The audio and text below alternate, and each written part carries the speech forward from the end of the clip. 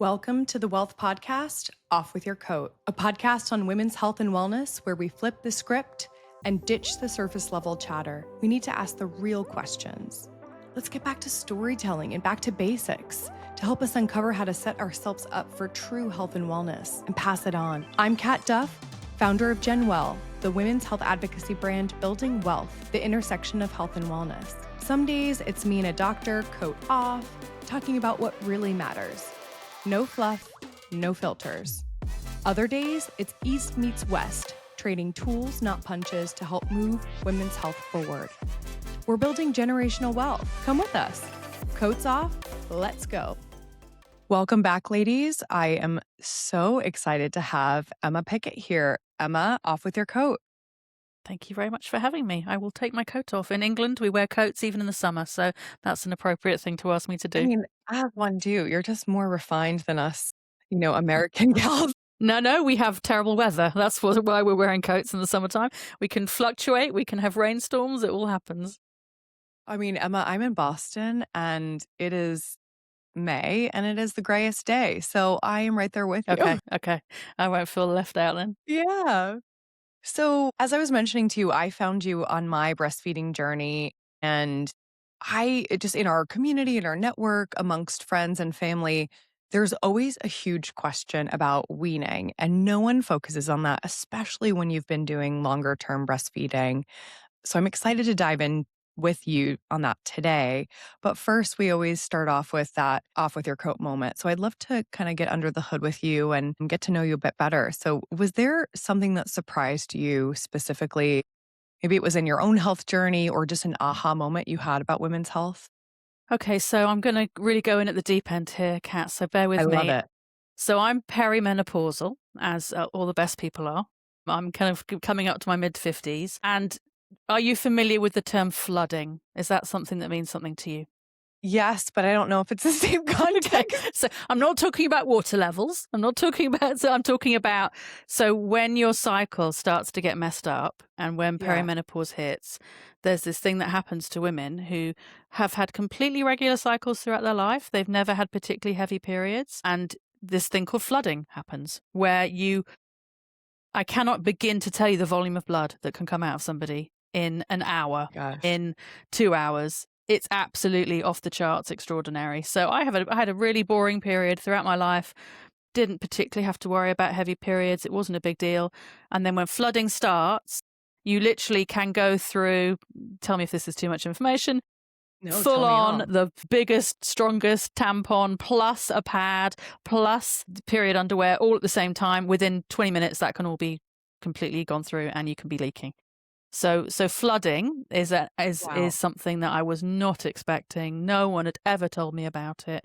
I didn't even know it was a thing. You can't drive. You can't even drive 15 minutes to the store. You can't have a work appointment that lasts an hour. I was trying to do a breastfeeding support group that lasted an hour. I did not have an hour. I had to literally every 15 minutes tap out to go and sort myself out. And obviously anemia is a risk and all sorts of stuff going on, but you lose your confidence because you just can't operate. You can't travel. You can't go on vacation. So, I've managed to deal with it and I actually started taking the progesterone-only pill. But yeah, that's my answer. Flooding was something that if you are heading towards perimenopause, anybody, just Google it. Spend a little bit of time learning about it just in case it happens to you because it can be a bit of a shock when it does.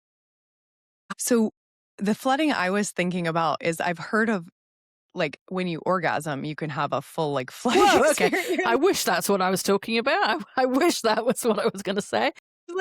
Okay, tell me. Sadly, no. Sadly, I'm talking about running through 10 maxi pads in half a day, not the orgasm. Is that the full length of?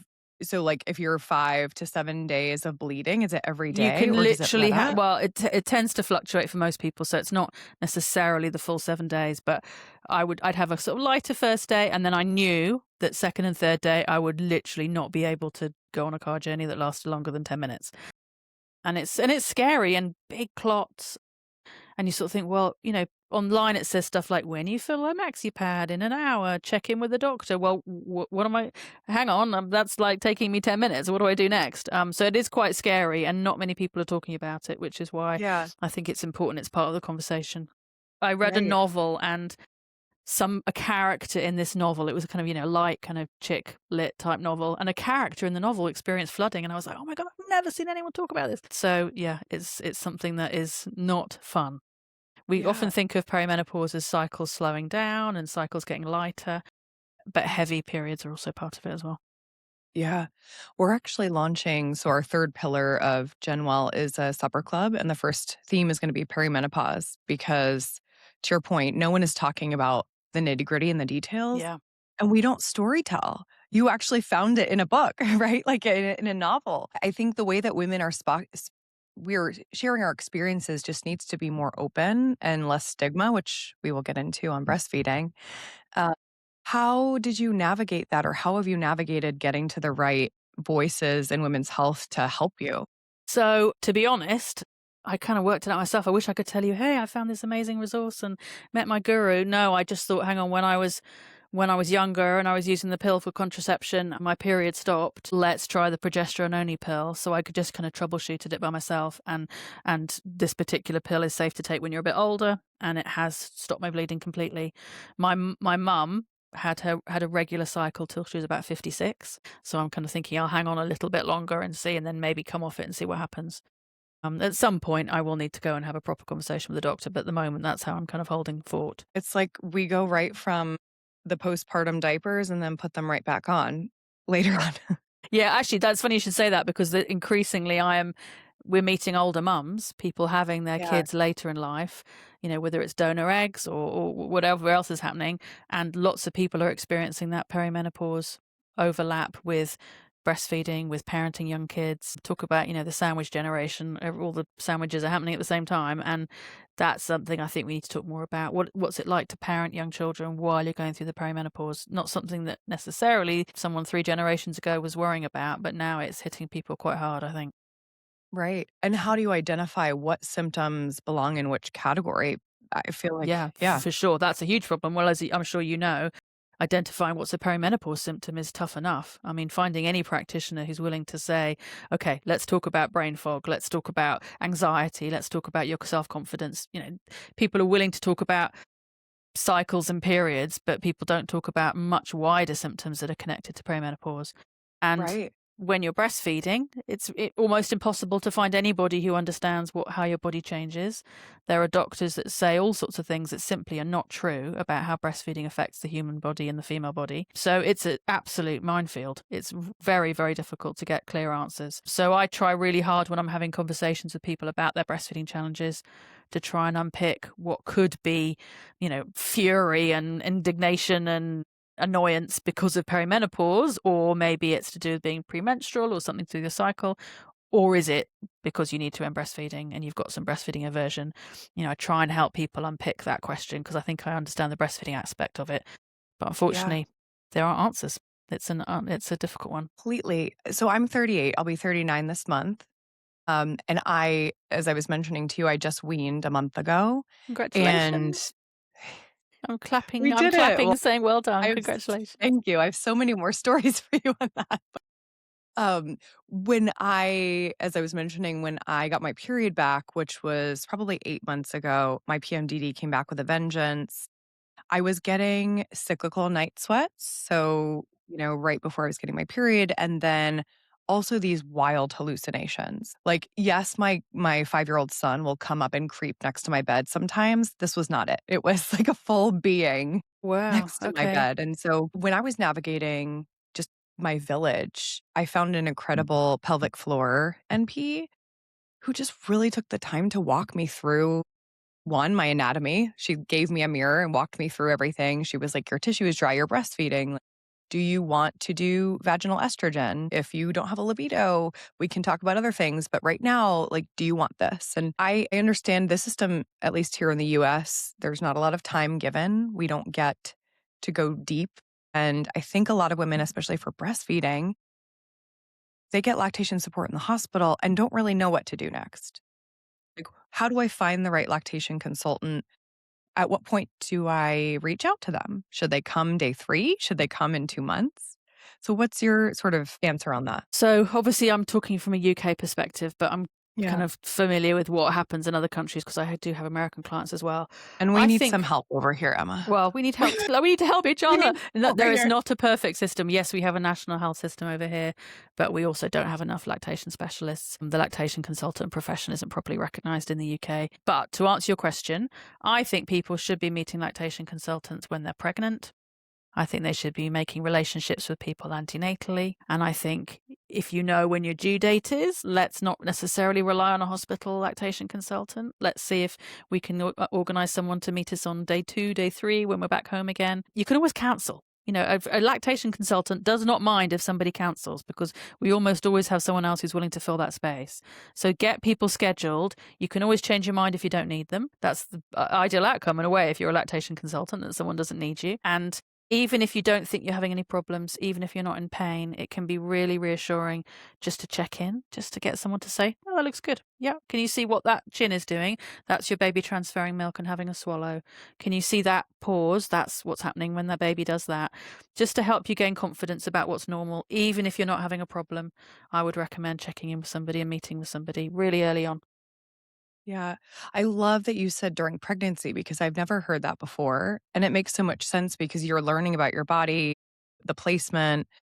So my son was born during the pandemic. So we had very, very little lactation support in the hospital. We were literally walking out with our bags as someone was like, oh, could I check your nipples? So I ended up finding a gal virtually in Atlanta. So I have all of the receipts on my phone. I have all of the nipples. I have all of the videos sort of walking through, which I actually went back to with my second. But I would also venture to say, even if you don't think you have an issue with what you were saying of just to have that validation, you have so many, especially as a first time mom, you have so many thoughts going through your mind, intrusive or otherwise, but also just to build your confidence. I think having someone that can just say, oh, that looks right. Or for me, I had mastitis day 7 with my first. No, I'm so sorry. And yeah, I think the adrenaline also of when you first give birth, you're like, okay, great. Yeah, it hurts a little, but I've got it.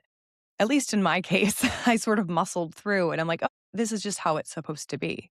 It's Yeah. supposed to hurt. Unfortunately, that Meanwhile, is a yeah. myth that lots of people will get. It's meant to hurt. Your nipples will toughen up. Everyone Yeah. experiences this. One of the key questions is what's the shape of your nipple when it comes out of your baby's mouth? Because it should never Hmm. come out looking flattened or squashed or kind of like Yeah. a new lipstick with a wedge Like shape. a If you lipstick. know you're Yeah. getting a misshaping, you really want to see somebody straight away. And I think Hmm. what you were saying about gaining confidence, I think it's just we don't live in a world where lots of us have seen breastfeeding. Lots of people I talk to have never seen breastfeeding up close until they come to breastfeed their own baby. We just don't know what's normal. And actually, sitting down with someone who spends their whole life looking at breastfeeding, you can ask all the silly questions. You can talk about diet. You can ask about what's normal and in any aspect of breastfeeding. You just got someone for that hour or however long the appointment is. And we know that confidence is such a big problem when it comes to breastfeeding in both our countries. More people have a perception that they have low milk supply than actually have low milk supply. And perceived insufficiency of milk supply is actually a crisis. It leads people to end breastfeeding. It leads people to start giving extra milk when they don't need to. It really affects mental health. So that confidence is key for sure. And how do you help women in that case to gain that confidence of milk supply and maybe not think that they have to supplement? Because, for an example, I remember feeling like, oh, my breasts are soft, so there's not enough milk in there. Or I didn't get that validation with my daughter until I had my lactation consultant come for 2 hours and weigh the baby before she fed. We feed, and then she weighed, and she's like, wow, that's 4 ounces. That just, again, that validation. Yeah, no, for sure. Some of it is absolutely measurable. And what you're describing there, that test weighing technique is sometimes used. But actually, there's easier stuff than that. Like, what does a nappy look like? And how can you tell from a newborn nappy what's going on? How can you tell what a swallow looks like? The chin has got to come down and pause for a second before it comes back up again. Can you hear audible swallowing? So just helping people to understand those measurable outcomes. That really is key to that confidence, and also to understand that how do little babies behave? What's normal for a newborn baby? Because if you think that newborn babies are only meant to feed every 3 hours, and if they feed Mhm. more frequently than that, your baby is broken and you don't have enough milk, you're going down the wrong road. So we need people to understand that we give birth to primates, just like gorilla babies are in their mother's arms all the time. Our babies are designed to be close to us all the time. If they don't want to lie down in a cot or a crib, that doesn't mean they haven't had enough milk. So one of the key things is what's normal for a newborn. What does a human baby do in the first few days and the first few weeks? Because if you understand that some of the things they do are nothing to do with being hungry, that can also be really reassuring as well. And back to your point about meeting with you in pregnancy, it's like we listen to all the things about the birth process and creating your birth plan. We know that no one's taking care of mom postpartum, right? And this is part of, to your point, taking care of your mental health, taking care of your physical health in addition to your baby. I think 100% that's such a fantastic idea to keep that as part of the perinatal care, is meet with a lactation consultant, educate yourself on what's to come and what's normal. Yeah. I think that is brilliant. And also make sure that your team are getting that education, because too often it's the mother or the breastfeeding parent that has that burden of, I need to know all the stuff, I've got to read all the books, I've got to be the expert. And at the time in your life when you're feeling most vulnerable, you've got to expend the energy to educate other people and tell your mother and your partner and your sister, no, that's normal. This is how milk works. Do you know me? And Yes. actually, your entire team should also be getting that education. They should also be attending the appointments. Your partner should know as much about milk production as you do. If this is going to work, that's key as well, I think. So, an interesting question for you. So, my son, who is 5, we just started to go to a functional dentist, and they're looking at his mouth and his jaw, and they were like, okay, he has a smaller jaw. He probably needs a palate expander. I had a palate expander when I was younger. And then he was like, oh, and he has a tongue tie. And so my mind went, I had rage, anger, and confusion all at once because as I mentioned, he was my first. I had mastitis day 7. I didn't have a physical lactation consultant because it was COVID. I went to the pediatrician. They said he didn't have a tongue tie. And so, not that I'm trying to place blame, but No, you can place blame. Go ahead. I was just sort of trying to navigate and see, like, where did this break down? Because at my point, I was like, okay, I know to look for a lip and tongue tie. I've researched these things. So who's at fault there? And then how can you empower women to ask the right questions of their practitioners, but also for themselves to be able to, if they think something's off, like, what are those telltale signs?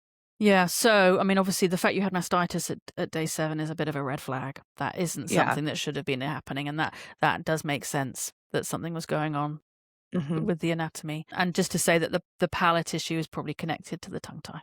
When babies have tongue ties, their palate shape will often be different, and we'll get those high arch palates as well. So I think the breakdown in that system, and I'm going to be a little bit rude here, is that pediatrician who obviously wasn't properly trained, who felt confident enough or overconfident or inappropriately confident to do an assessment when they weren't trained to do that. So that pediatrician should have been signposting to a different practitioner who did have the training, who also ideally had lactation specialist training as well, so they could look at the tongue function in a lactation context. That's where that failed. Ideally, that assessment is happening really early on in hospital before you even have to get to a pediatrician's office. But having said that, though, if we automatically jump to testing every baby for a tongue tie, that can only happen in a context where there's proper lactation support. Because what sometimes happens is practitioners who are tongue tie trained, who don't have the lactation training, will jump to saying, oh, there's a tongue tie. Your lactation's never going to work. We have to wait for the division to be done, forgetting that actually a big part of the puzzle is what's happening with your positioning and attachment. What lactation support are you getting? Because actually there are lots of babies that do have tongue ties that can breastfeed absolutely fine with the right support and with the right positioning. So the two things have to sit side by side. We've got to have the tongue tie knowledge and the lactation knowledge happening at the same time. And it sounds like your pediatrician probably lacked both, unfortunately. Okay. I think we're done having kids, but who knows? So I might have to, I'll just come over to London next time. Well, that's the beauty of the online. Actually, one of those nice things that came out of Zoom, came out of the pandemic, is the amount of online consultations that happen. I've literally just been speaking to someone in Jamaica before we started this conversation. That would have never happened pre-2020. I have clients all around the world now, and that's particularly special when I talk to a lot of people breastfeeding older children, and they can't necessarily find a practitioner locally who's got that experience. Yeah. 3 cheers for online consultations. They're not always Yes. perfect, and you unfortunately didn't get the support you needed quite, but they can also be valuable too. Yeah. Do you ever put your, like, psychiatrist hat on in those sessions? Like, I feel like you probably you're in a very vulnerable time of women's lives. 100%. Yeah, particularly when I'm talking about ending breastfeeding and struggling with breastfeeding. Yeah, so I initially trained as a breastfeeding counselor before I became a lactation consultant. I'm not a trained therapist, but part of that work as a breastfeeding counselor is about listening and holding space and making sure that you're helping people to explore their feelings. And, I've been doing this for 20 years now, so a lot of it is about feelings. It's not all, nipples and angles of attachment. A lot of it is about how we're coping emotionally, because that's such a core part of motherhood. Has your motherhood journey and your breastfeeding experience lend itself to your interest in this area? So I breastfeed both my children beyond babyhood. I have a son and a daughter. I also tandem fed, so that if anyone who doesn't know what that means I carried on breastfeeding through pregnancy. And then when I had my second child, I was breastfeeding both children at the same time. So for sure, that personal experience definitely coloured how I look at the breastfeeding journey. And it obviously normalised breastfeeding beyond babyhood for me. And because I perceive it as normal, and I've met now so many little people that have breastfed beyond babyhood, I'm very, very open to helping people explore breastfeeding journeys beyond babyhood. And I guess that started my own journey, which has been a great gift. Why do you think then there's still a stigma, not just for, breastfeeding beyond babyhood, but just like in general breastfeeding? So I think it's important to acknowledge that stigma only exists in certain pockets of humanity. And in the UK and the US, we do live in those pockets. But for big chunks of the world and big chunks of human history, there is no such thing as a stigma. We struggle because primarily we see the breasts as sexual. And that's something that happens from childhood, from adolescence. The minute someone has their breasts developing, they are perceived as sexual. We live in a patriarchy, male gaze, male sexual attraction is very, very highly prized. And if we're going to see breasts as primarily about lactation, that's centering women. That's centering women's bodies as functional, powerful things. That's pretty scary. The patriarchy doesn't want that. So, and it sounds a bit black and white, but it is that simple. And we really struggle in our particular cultures with seeing breasts as multi-purpose, seeing them as lactation and sexual at the same time. Whereas some cultures, like in Scandinavia, for example, people are more comfortable seeing breasts as multidimensional. So that's I think that's really where we're struggling. I think there are also wider issues around. This is make me sound like some sort of communist fanatic here, but capitalism doesn't like breastfeeding, because when people breastfeed, they struggle to work outside the home. They struggle to return to work. They're not earning an income. We can't commodify those people. And when women want to stay with their babies, that's not helpful for industry and capitalism. So there are some pretty powerful forces that don't want breastfeeding to work out. And some of them are pretty scary. So there's a lot going on against that we're fighting against, unfortunately. Yeah.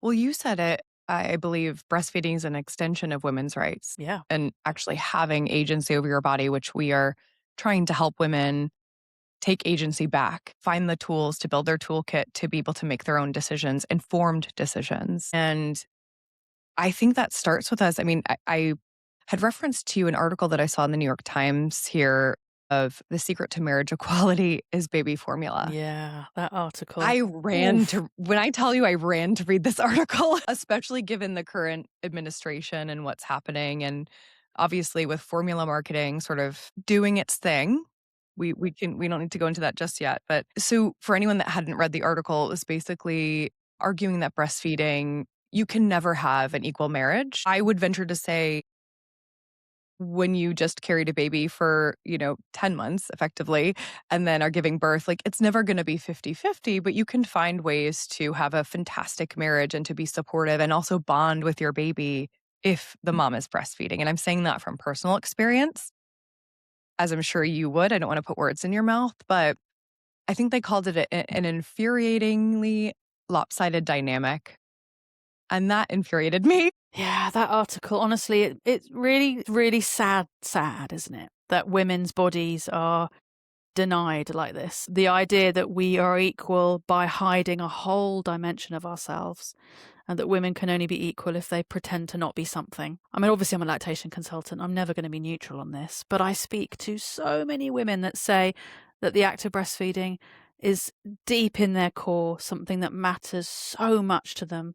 They had no idea it was going to be this significant to them. It's completely changed their feelings about their body. It's completely changed their feelings about their self-confidence. They're looking at their body in a completely different way that sticks with them forever and ever for decades and decades.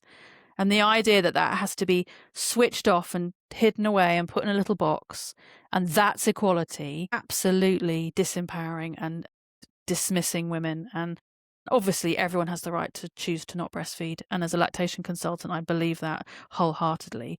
But to tell somebody that if you want to breastfeed, you're almost being, you know, a betrayer of women or betraying modern feminism is just horrible. I mean, really quite gaslighty and unkind. And I have to say, unfortunately, one of the feelings I had when I read that article is there are some women out there in coercive relationships, and that article was fuel for those relationships, and women who are not allowed to breastfeed or being denied the right to breastfeed or struggling in their workplace to protect their breastfeeding rights. That article was simply putting fuel on the fire of the battle that women are already fighting. Women are struggling to get the support they need to meet their breastfeeding goals. And when they don't meet their breastfeeding goals, they're much more likely to experience postpartum depression. They're much more likely to struggle with their mental health in the long term. And that article was just fuel on that fire. And also kind of insulting to the men as well, to think that that's how you bond with your child, by putting milk in them through a silicone teat. I'm sorry. There are a zillion other ways to connect with your baby. And obviously the other thing about the article, and I promise not to take up the entire conversation about that article, is how dismissive it was of the scientific evidence. And there is a strong pocket of people out there who are very keen to pretend that breastfeeding doesn't matter.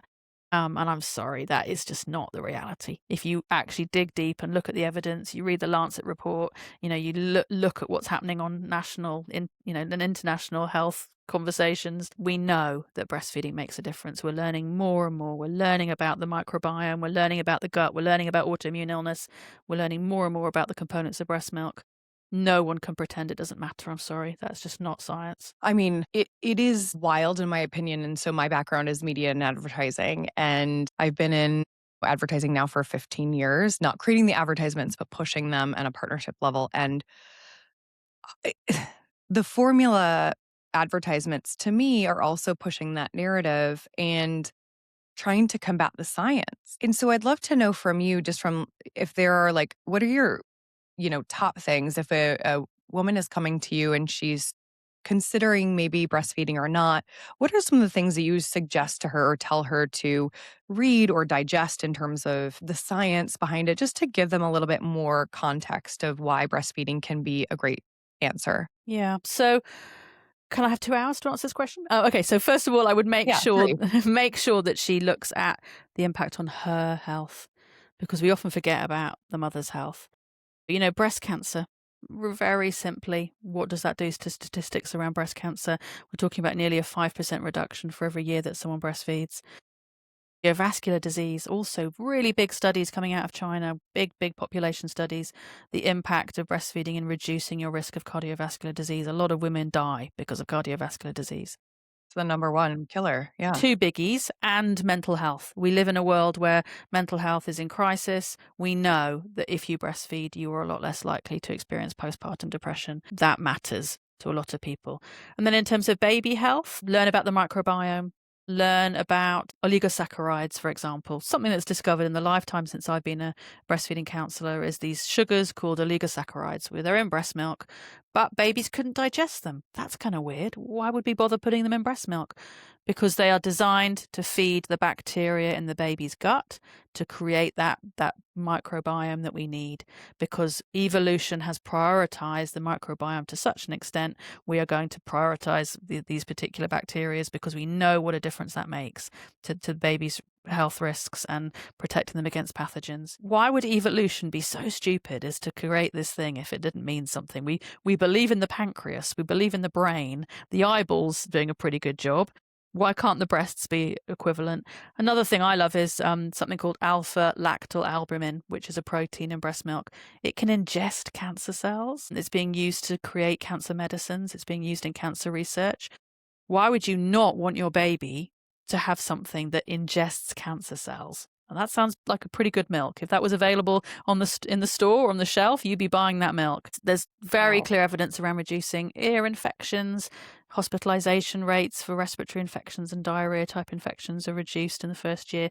There's a reason why big health organizations nationally support breastfeeding, despite all the pressure from industry. The richest companies in the world are lobbying government to try and get formula in the door, but yet the governments are saying, no, we want to protect exclusive breastfeeding. We want to protect that message. They're not doing that out of the goodness of their heart. They're doing that because it saves money. It means that health systems don't have to spend money repairing things and helping ill babies. It helps industry when people don't have to have absence because their babies aren't ill.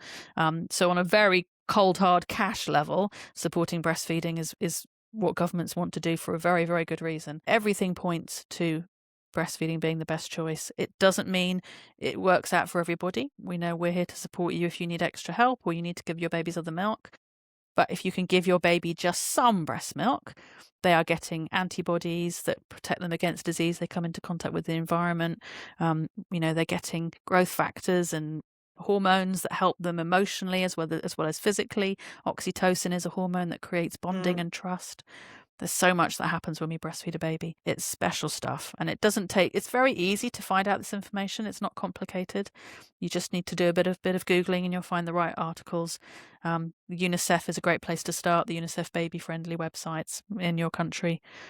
It's great stuff. And even regardless of all those components, all that science, the stuff that eats cancer cells, what it does emotionally for people, how it helps them connect with their babies, the ease of doing it. If you nail it and it works, God, it's so easy to travel if you're a breastfeeding mum.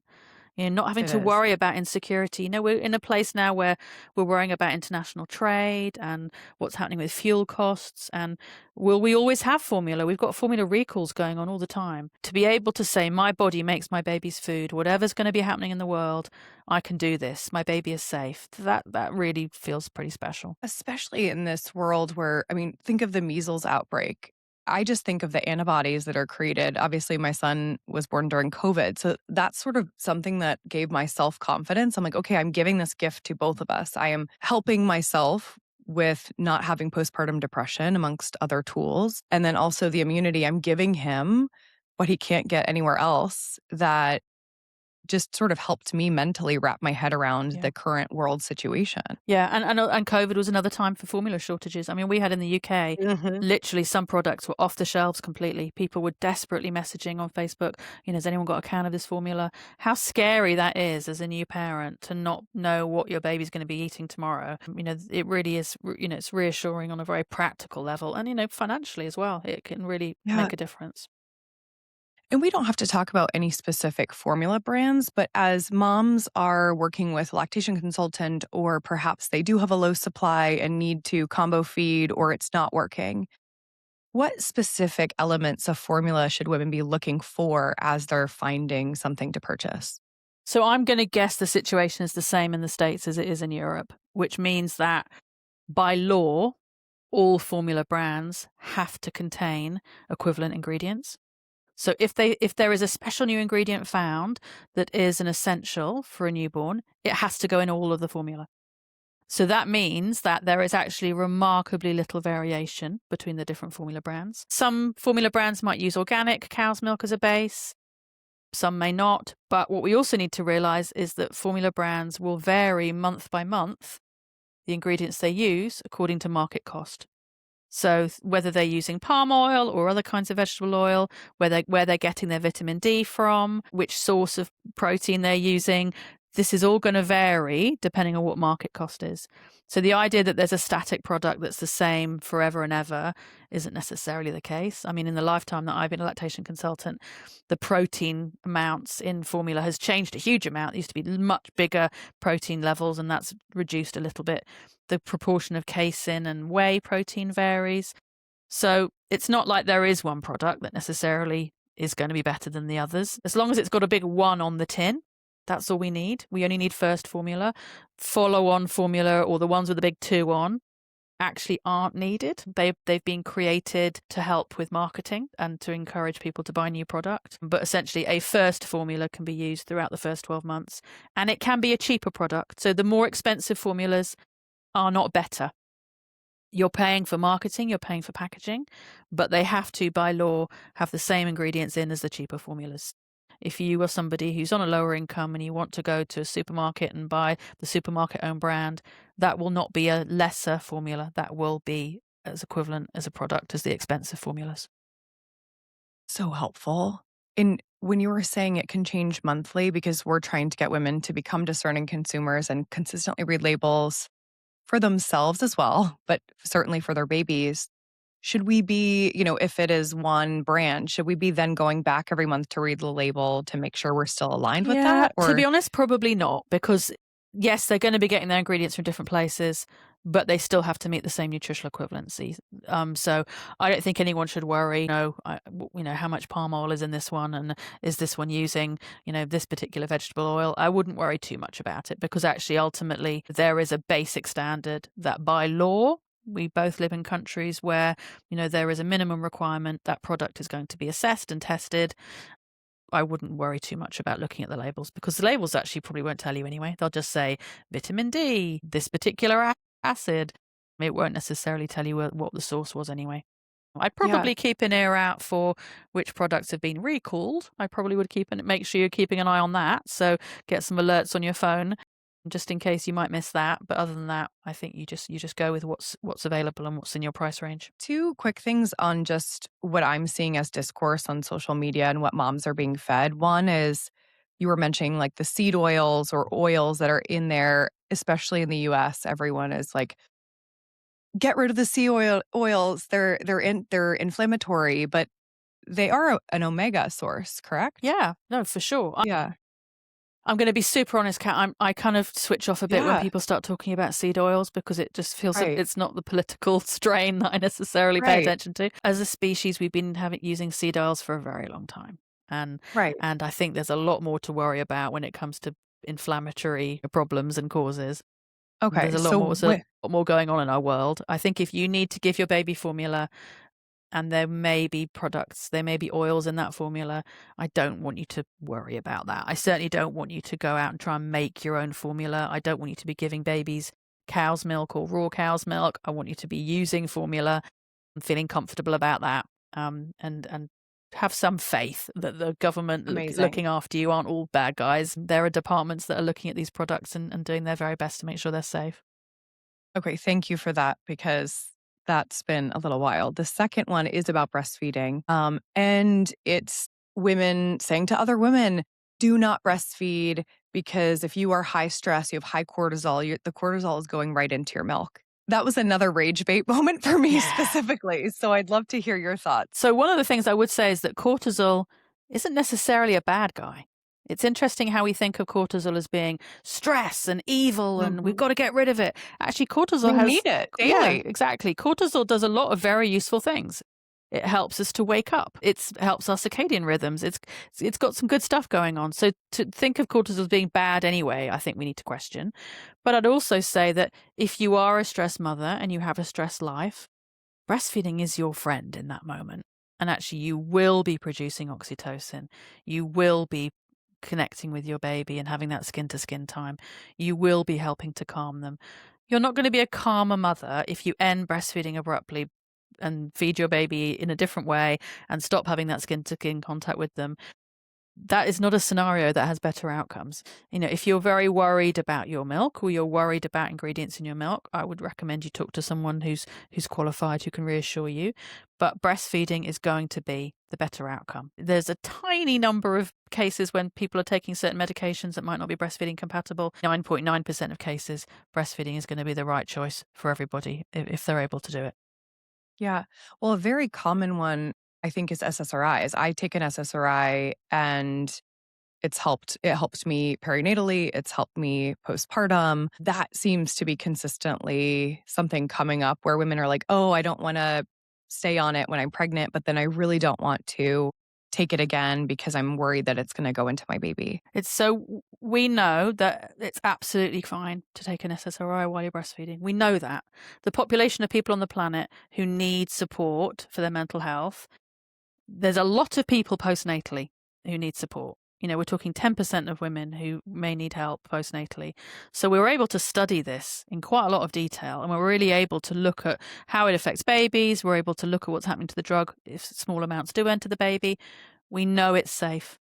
We know it is. And if there's a particular drug you've been taking for your mental health that maybe isn't such a great choice, there will be an alternative because there are enough different products on the market now. Nobody should have to be unmedicated when they don't want to be or don't need to be.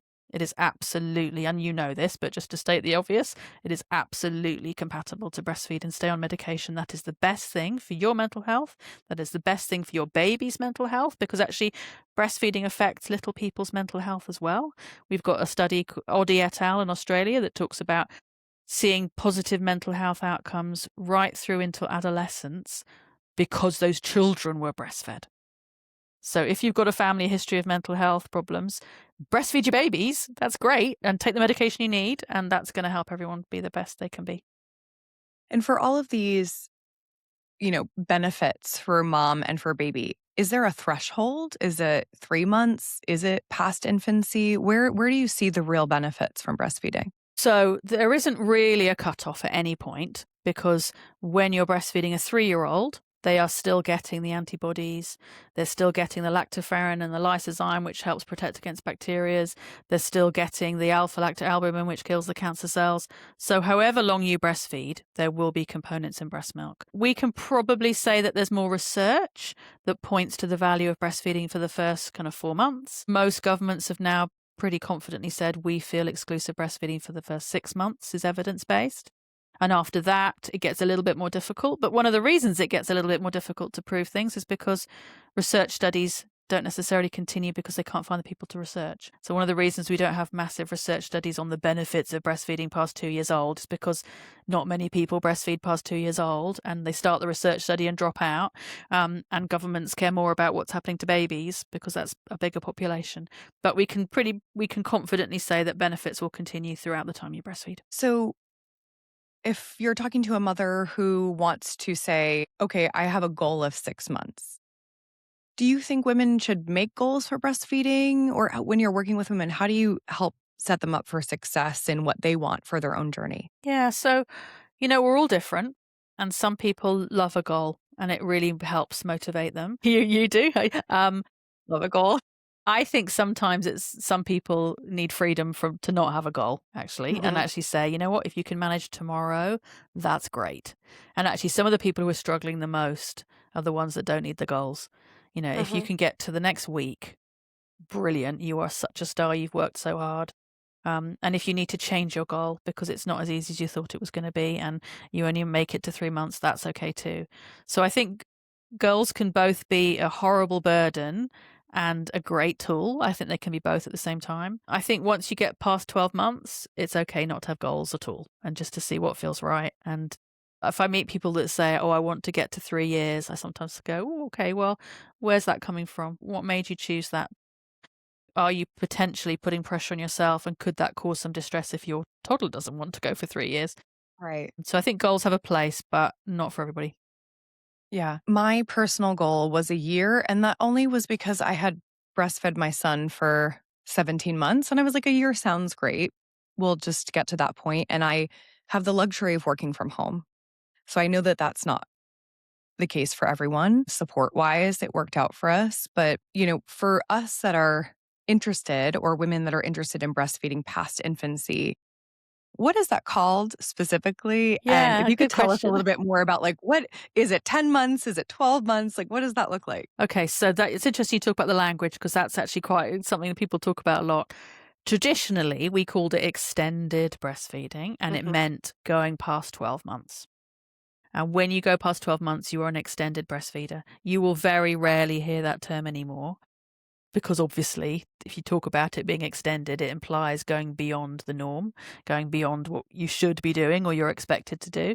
So increasingly, people are using the term natural term breastfeeding. That word natural is a bit controversial in motherhood and parenthood, but essentially just saying that as a species, if we compare us to other primates, how long probably would we breastfeed for? If you look at things like when do we get our permanent teeth, when do we reach sexual maturity, when do we triple our birth weight, when our immune system develops, how long probably would we breastfeed for if you just looked at it biologically?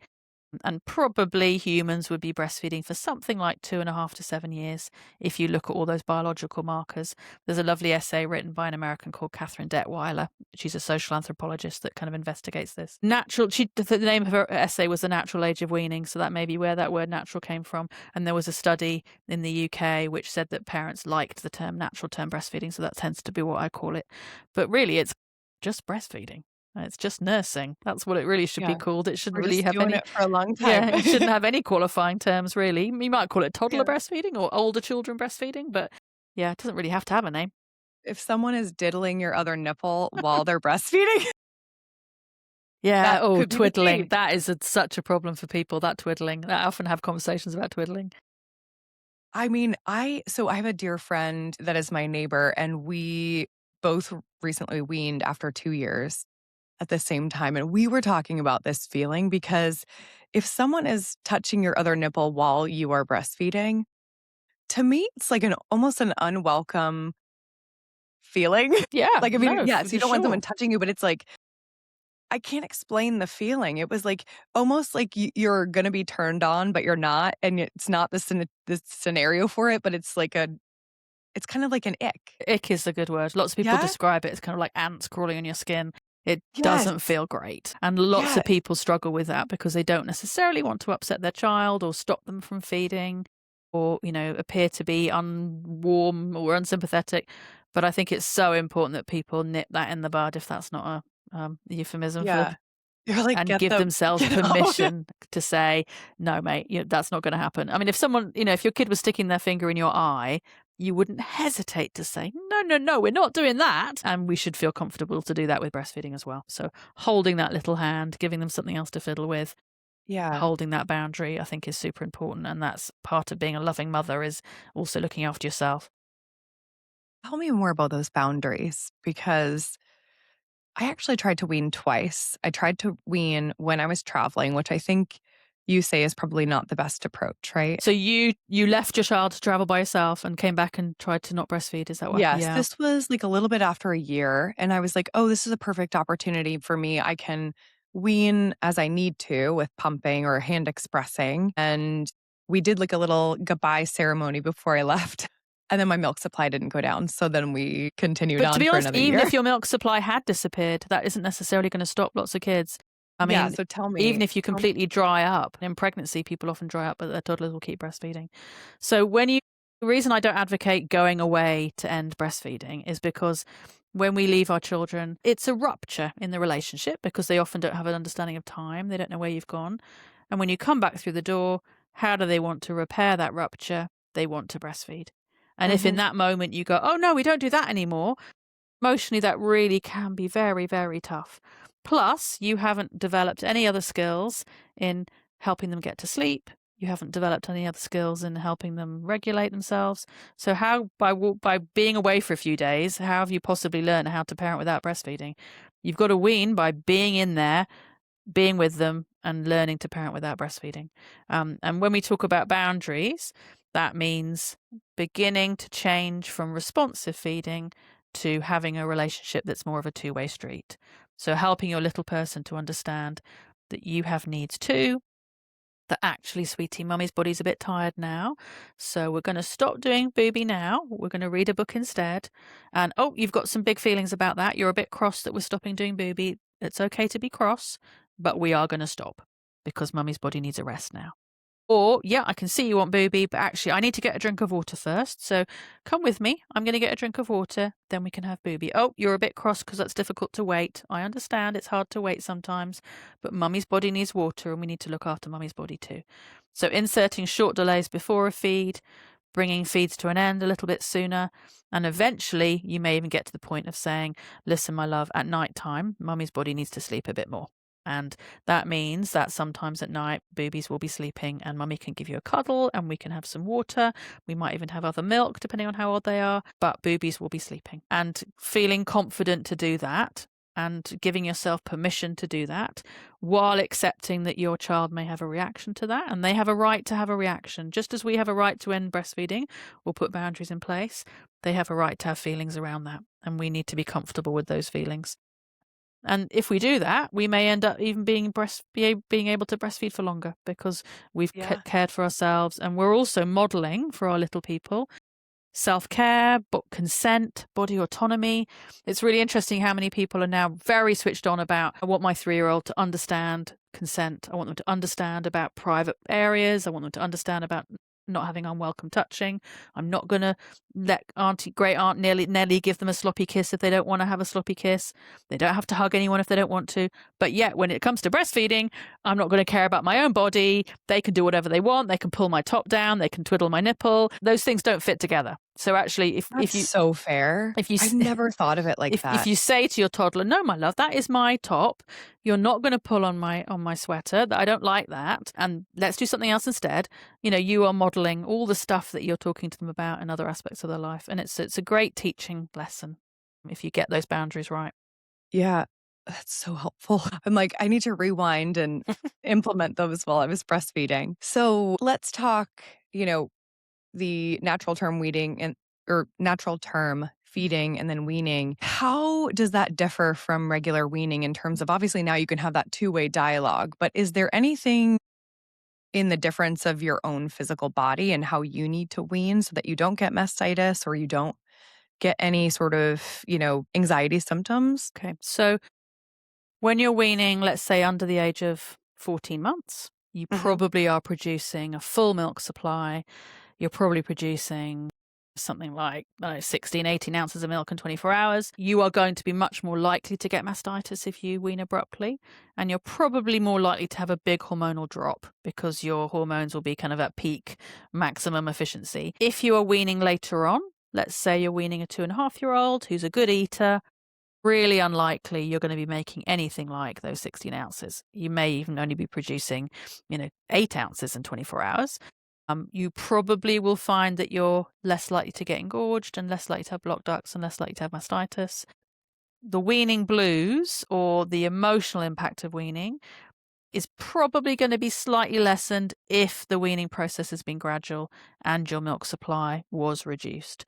But having said that, though, people can be hit by the emotional impact of weaning at any stage because it's not just about the physical stuff. It's not just about the hormones.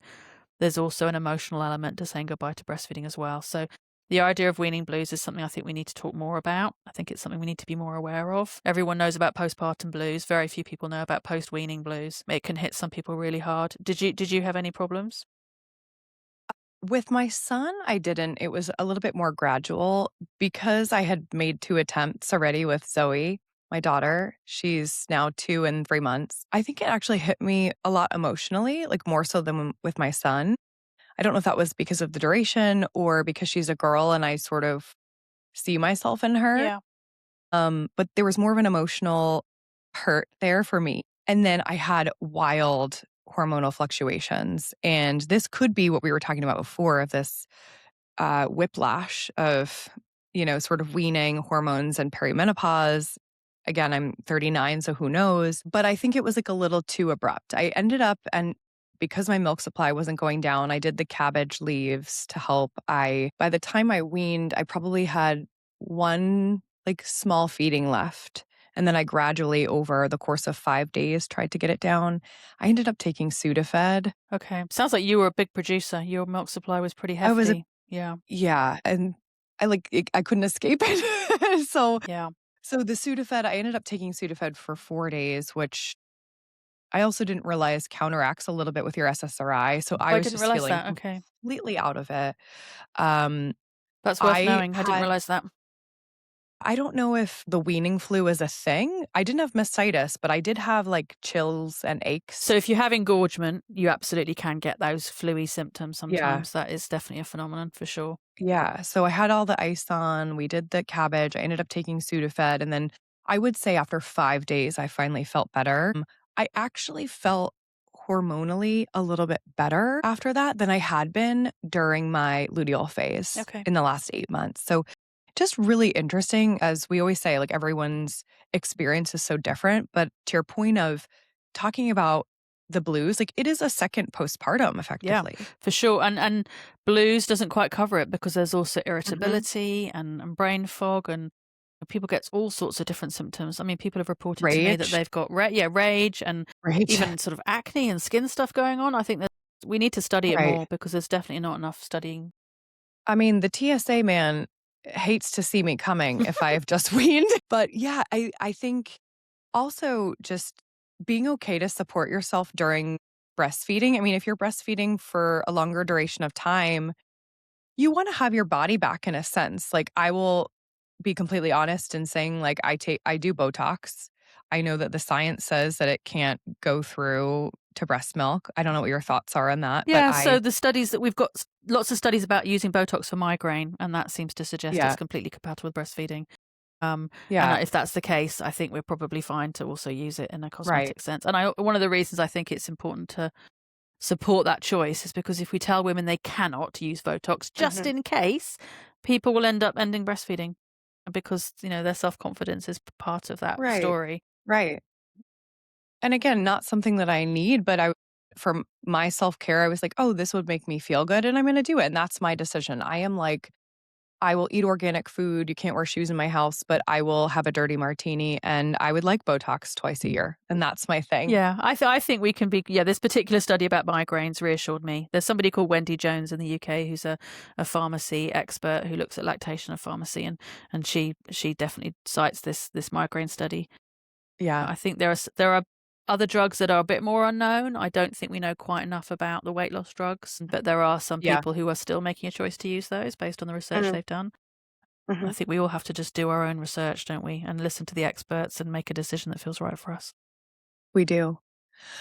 One other question just for mother's health in the natural term breastfeeding is bone density, because if we're thinking about perimenopause and menopause and is it a temporary loss of bone density? Yes, it is. And I think we need to be honest Okay. about that. I think our bodies will be releasing calcium into our milk, and most women do not take enough calcium in their diet. It is a real problem in both of our countries. So you really, really should be taking calcium and vitamin D supplements if you're breastfeeding, particularly if you're natural term breastfeeding, because that's going to be a long time. And if you're tandem feeding and then pregnant while you're breastfeeding, and there's no replenishment happening, Right. and then perimenopause on top of that and low estrogen levels, you're potentially in trouble. So I think as long as we're really careful about our diets, and as long as we're also thinking about weight bearing exercise and how we move our bodies, I think we should be okay. But we shouldn't ignore it, and we shouldn't pretend that, oh, breastfeeding's lovely and natural, I'm sure our bodies will be fine. No, we actually do need to pay a bit of attention to that. Right. Because you're in that mindset, I would say in the first maybe 6 months to a year postpartum, where you're like, "Okay, I need to take care of myself nutritionally." And then I feel like if you get past that point, it kinda goes by the wayside because women in general, we're undernourished, we're moving, we're on the go, and so it's really important to think of that. Would you advise women to stay on their prenatal while they're breastfeeding? So, yes, ultimately that is probably a good choice. There are breastfeeding specific versions of most products Mhm. that may have you don't need the folic acid, for example. So you Yeah. might want to maybe take something a little bit different. I would say that some of the manufactured products don't have enough calcium and vitamin D in them. They're expecting a lot of stuff to come from your diet as well. So I think it's worth just doing a bit of individual research and maybe tailoring it rather than taking one product. Yeah. I love that approach. And testing and not guessing, like seeing if after 6 months you're taking vitamin D, is it actually at a great level? I had a little mishap where I work with a naturopath and I had a vial of vitamin D drops. It said 1 drop. I was doing 1 dropper full. Ooh, okay. So, Wowzers. yeah. Did you turn into an Speaking of X-Man? speaking Yeah, well, actually, that's not a bad point because when you're postpartum and your brain's a bit foggy and you're being woken up 3 times a night, you have to read labels twice because it's very easy to make I'm a sitting there mistake. like, "Ugh, I'm gonna feel so meanwhile." They're like, "You're on the verge of having too much." So, in general, How do you know when it's time to wean? If you're not making a goal for yourself and you're not necessarily having a challenge, how do you know when it's right? So I guess if you don't yet know, you're not ready. That's what I Okay. would say. Yeah. Don't make the decision based on how many years have gone by or how many times the planet's gone around the sun. That's not how you make the decisions. If you're not sure, give yourself some more time, because when you are sure, you will absolutely know that you are sure. When your child asks for breastfeed and your heart sinks, when while they're breastfeeding, you're looking at your watch thinking, oh, that's been 6 minutes, come on. When you're hiding your micro expressions from them because you're getting irritated, when you wish for a hug and when they want just a hug, you're elated, that's a clue that you're ready to stop. Yeah. When it's not enjoyable for you anymore and it's just not something that's working for you, you will absolutely feel it in your bones. It's not something that you have to necessarily intellectualize. You'll feel it instinctively, I think. How did you make that decision? For Carter, it was sort of circumstantial of being in COVID. It was just too much feeding because I was always there. For Zoe, it was the ick. Because of the diddling. I was just like, I think I just want you to come to me, to your point, and give me a hug, and let's do something, an activity where she calls it booba, but like booba is not part of that conversation. She was what you call a booby monster, Okay. just Okay. wanting to be around and play and all of that. Yeah, and you What about needed you? something else. What were your clues? So I was actually, I let the kids decide, actually. I did the self-weaning thing. Not to say that I didn't make nudges along the way. I definitely put some limits in place when I was tandem feeding, and I kind of semi-night weaned my son, but they chose. So it just very naturally tapered off.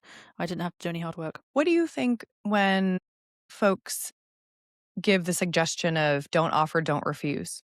Yeah, so don't offer, don't refuse, I think is a bunch of baloney, quite honestly, Kat. I think If I didn't refuse with um Zoe, exactly. You wouldn't be able to get to the microphone. No, for sure. I mean, that's what annoys me about it, Booba would because be over there. don't offer, don't refuse was invented by people that had non-booby monsters. Because if you have a booby monster and they're literally asking every 10 to 30 minutes in every waking hour, how the heck is that meant to work? And that phrase, refuse, is a really unkind word to say when you say to your little person, oh, sweetie, I'm so tired. Can we just read a book and have a cuddle? That's a refuse, according to that phrase. I think it's just really unkind. And actually, why can't you offer sometimes? But, I've got to go and do school pickup, and you offer, let the toddler have a breastfeed so you can get out the door. Let's have a breastfeed now because I'm going to go out with my friends in 2 hours' time. Why can't offering be cool as well? I actually have a real problem with don't offer, don't refuse. I think it does people a real disservice and makes people feel very guilty when they do need to put boundaries in place. I wrote an article about it where I was very rude about it. So you can Google my name and don't offer, don't refuse to find my rude article. Love it. We will. We'll include it in the show notes as well. So when we're starting that process, so again, with a 2-year-old, I mean, I unfortunately went to Reddit because I was just like, okay, what books are we using? I had one about a kitten that didn't really work for my son. I ended up following Booby Moon, which I think you had made a note about on social media. But I'd love to hear what books you love. I know you have your own book, which is pretty incredible. Thank you. Or just like why a book really works and when to implement that. Yeah, so I think a lot of little people connect to the world through books, and books can be a great way to have repetitive conversations and talk about the same thing day after day and sow some seeds. I think it's quite valuable to use a book in a very gentle way. I wouldn't recommend getting a book and going, right, listen, young man, we're going to stop breastfeeding right now. Let's read this book. I think we can sometimes overdo it and create a bit more anxiety. So I think we have to be careful. Booby Moon's an interesting one. It's used very widely. There's now a bubbles version, so you don't have to put the balloon in the sky. I think for some kids with a certain disposition, it's a little bit freaky. Like, what do you mean if I don't give the milk back, the baby's born tomorrow won't get milk? Won't get milk? What the heck? Why don't their mothers make milk? What are you saying? Like, what? How does it even get to the moon? Yeah. So I think for some kids, it's if they're trying to take it literally, it goes a bit pear-shaped. But if it's just a gentle story where we can explore the feelings that this little person's having, I think it's very valuable. There's a book called A Loving Comfort, which is a nice one about Jack no longer having breastfeeding. There's a book called My Milk Will Go, Our Love Will Grow. which is also another one that everyone cries when they read it. So I don't know if I need more of that. I think you need to worry about that. But you know what? I'm a really big fan of people making their own books. I think there are a lot of weaning books out there. I literally own 40 weaning books.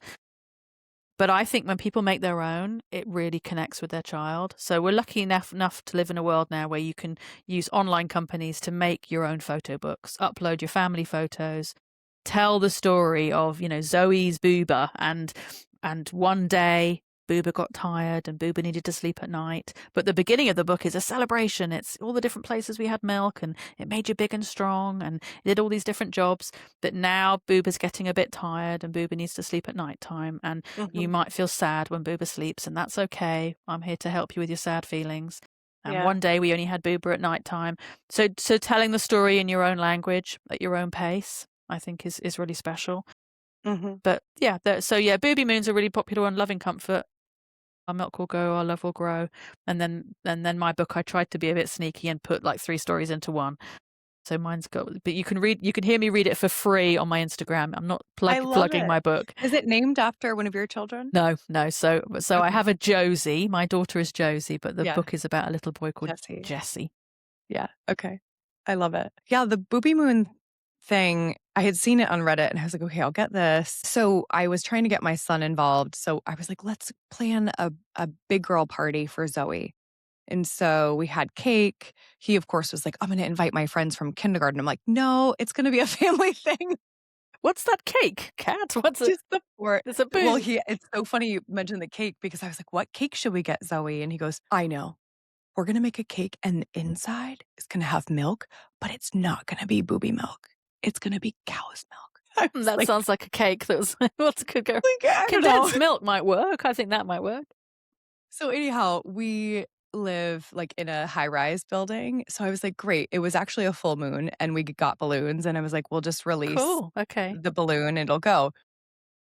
I didn't get a helium balloon. We just blew them up. So literally I'm on the deck with her. We videotaped the whole thing. I'll have to send it to you. But we released the balloon and it went flying down the building. And hey, that's probably better for air traffic. You do not want to be causing some air traffic incident. We're right by the airport. Okay, that could have gone badly wrong. That could have been a headline. So it could have been bad. Booby Moon takes the airport down. So the balloon, so then my husband takes the camera and is like, oh, wow, it's going to the moon. And she's applauding and she's so excited. And she maybe asked after that point, like once, like, oh, should we have booba? But then she completely got it. And it was like a really nice ceremony. I think ceremonies can be great actually, because they can really draw a line and little people get it. That ceremony was a really clear demarcation. I think they can be super valuable. Even if you don't want to do the moon thing, having some kind of ceremony, I think can be really helpful. And I think for me too. I think as you were saying, it is such an emotional journey. And sometimes I think more for the moms. And so you need that clear demarcation of, okay, it's all right. And if she asks again, no, you can't go back on it. You have to have that boundary. Yeah. No, you're right. Did you get yourself some nice jewelry? There's some nice breast milk jewelry out there. No, but I actually have a surprise for you that I need to send you. So I got something different. Okay. It's a little Mother's Day gift that I had gotten. So I can't tell you now. You'll have to receive it first. Very exciting. Okay, I like that. One other question just about mothers and additional support through the weaning process. I know you've talked about like a weaning buddy or someone to have. Is that someone that needs to be weaning also? Like, what's a good support system as you're going through these emotional and hormonal highs and lows? Yeah. So I don't think a weaning buddy has to be somebody weaning at the same time. I don't think it needs. Okay. I don't think it even needs to be someone who's ever breastfed. Really, I just needs to be someone who's empathic. And when you Google them, when you message them at 2:00 in the morning and say, well, they're going to be paying attention to your messages. That can be anybody. Yeah. But also, one of the benefits in the modern world is you can find people out there who are going through the same experience.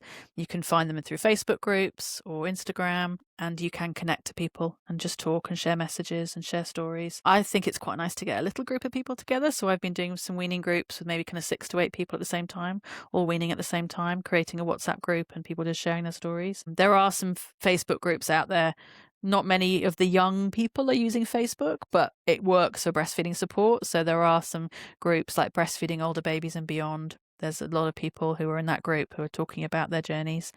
Great. So I think it can be so isolating when you're breastfeeding beyond babyhood, number one. It can be extra isolating when you're going through the weaning journey and feeling feelings of guilt, and there's a lot of mixed feelings going on. So having a companion can be super important. But it could be your partner. If you've got that partner who's there willing to be open and to listen, they can also be a super, super valuable person in that process. Because they support breastfeeding and they're not dismissing it like our New York Times article. Exactly. And they care about you, and they care about the stuff that you care about. And even if they don't quite get it, which is okay, they know that you care about it and they want to support you. Right. Question about replacing the milk, because, my daughter is eating well. I think she thinks that Booba is not part of my body any longer. She'll say like, "Oh, does Booba want to go to the park?" I'm like, "Yes, with mom." Can't take it off. So what are some things that you've seen just in that transition, or things that you like to kind of fill that void of breastfeeding with? So obviously there's the boring nutritional aspect. We need to make sure little people are getting enough calcium, and not every toddler wants to drink cow's milk and may just move to drinking water. So we need to look at what's in the diet and what's happening calcium wise particularly. But quite often the answer is play, attachment play and power reversal play, and connecting with your little person and getting down on the floor and doing role play and being silly and rolling around on the ground and touching and just being open to just connecting with them on their level. Not everyone feels confident about play. Lots of people think, oh, I don't know how to do that. That feels weird. So, buying a book about attachment play, learning about how to help your child feel that sense of agency while you play and feel empowered. That's often the answer, because actually when they're weaning, they often feel very disempowered. It wasn't their choice. They've lost agency. There was a thing they could ask for, and that request was met, and it felt really empowering. So we often need to just think about what else helps them to feel empowered.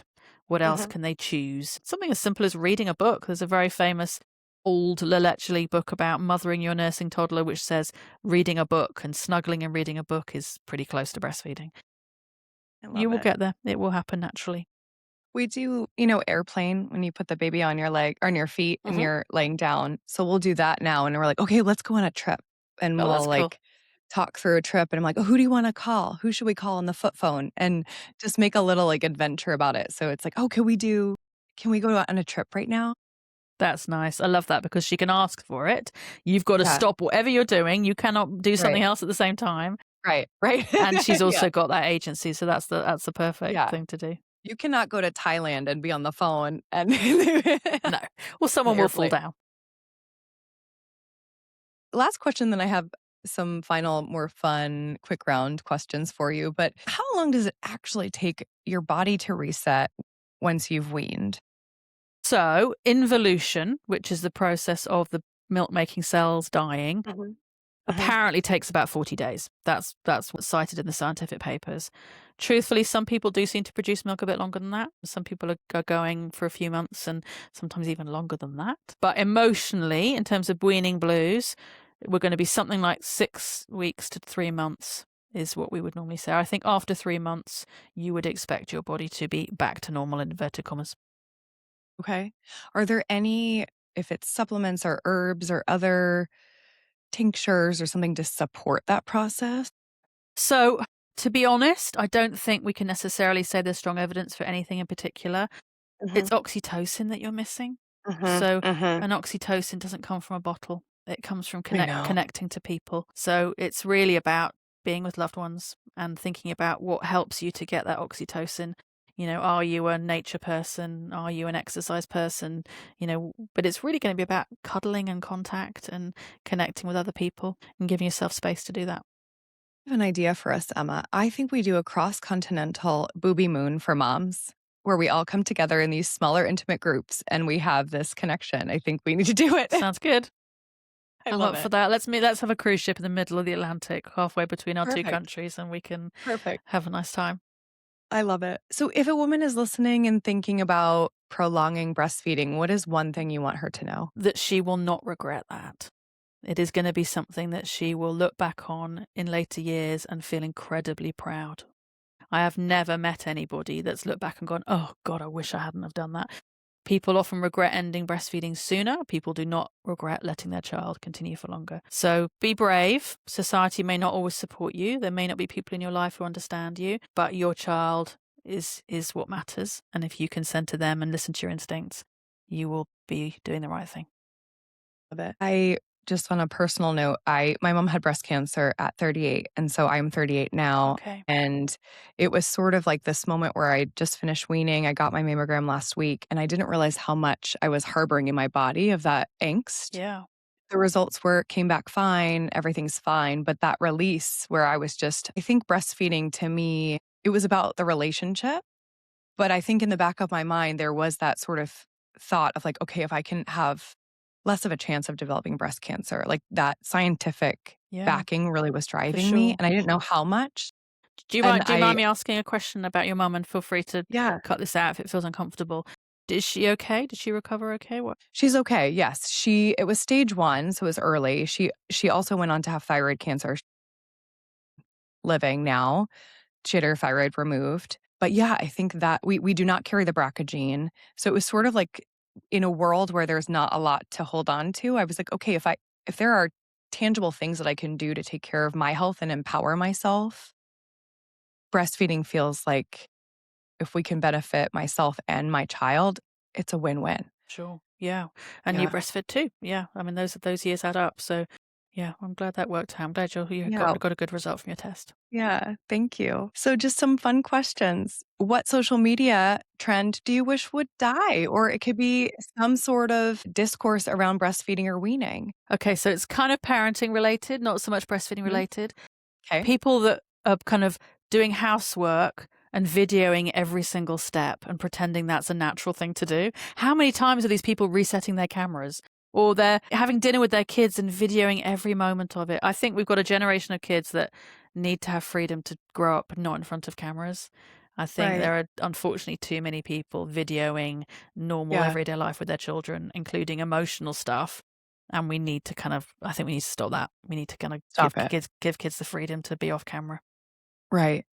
It's funny that you say that. We were getting coffee this morning and my son was like, oh, I want to make a video with everyone. And my husband actually said, well, you have to ask before you do that. So can you ask me for my permission? And he said, no, like meaning my husband said no. And he's like, I want you to feel that. Like, I don't feel comfortable with me videoing you. And I know that feels sad for you to hear, maybe frustrating, but like, it's so intrusive for everything. Yeah. So I agree. So that was a bit of a heavy response to your lighthearted question. I was like, well, he's 5. I'm like, maybe we could talk about it in a different way. No, it's modeling Explain something really important. Him. It's really, really important message. Yeah. Okay, what's one wellness or beauty trend you found on social media that you've actually leaned into?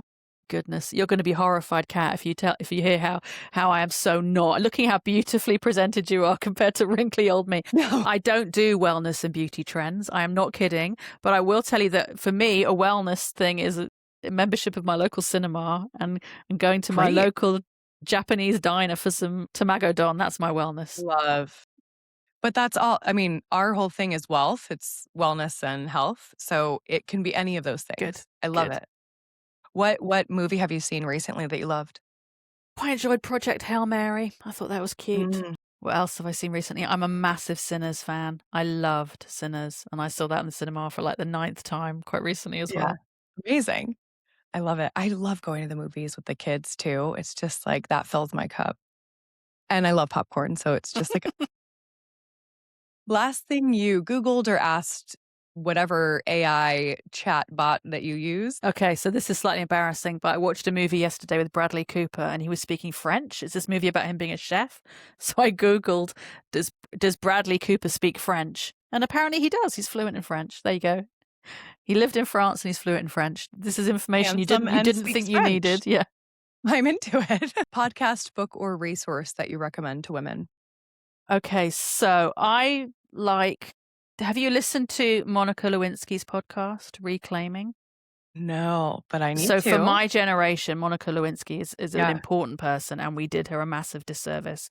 And she's done such a great job taking ownership of what happened to her. And her podcast, Reclaiming, is great. Okay. So she talks to women and men, but it's just some really important conversations and really valuable conversations. So that's my tip. Fantastic. I'll download that today.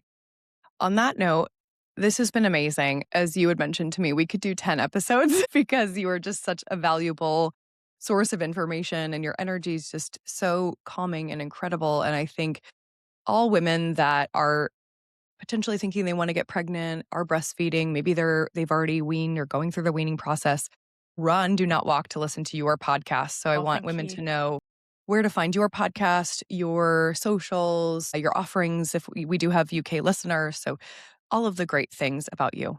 Oh, that's very kind. So my podcast is called Makes Milk with Emma Pickett with 2 T's. It's wherever you get your podcasts, as they say. I'm also an author, so I've written books about breastfeeding beyond infancy and beyond 6 months. I've written books about ending breastfeeding. I also have my picture book, which is the story of Jessie's Milkies to help you wean. And I also have a book for teenagers and preteens about breasts called The Breast Book. So it's a puberty book. I didn't know about that one. It's a puberty book, but it's all about breasts. So it's about how breasts grow and what they're for and how it feels to have breasts and how bras work. So I've got that too. And I love that. And I'm Emma Pickett, IBCLC on Instagram. So come and find me. Congratulations. This is all so incredible. Ladies, as I mentioned, run, don't walk. And thank you for listening. You can subscribe to Off With Your Coat wherever you listen, and be sure to follow @GenWellOfficial on Instagram. Thanks. See you next week.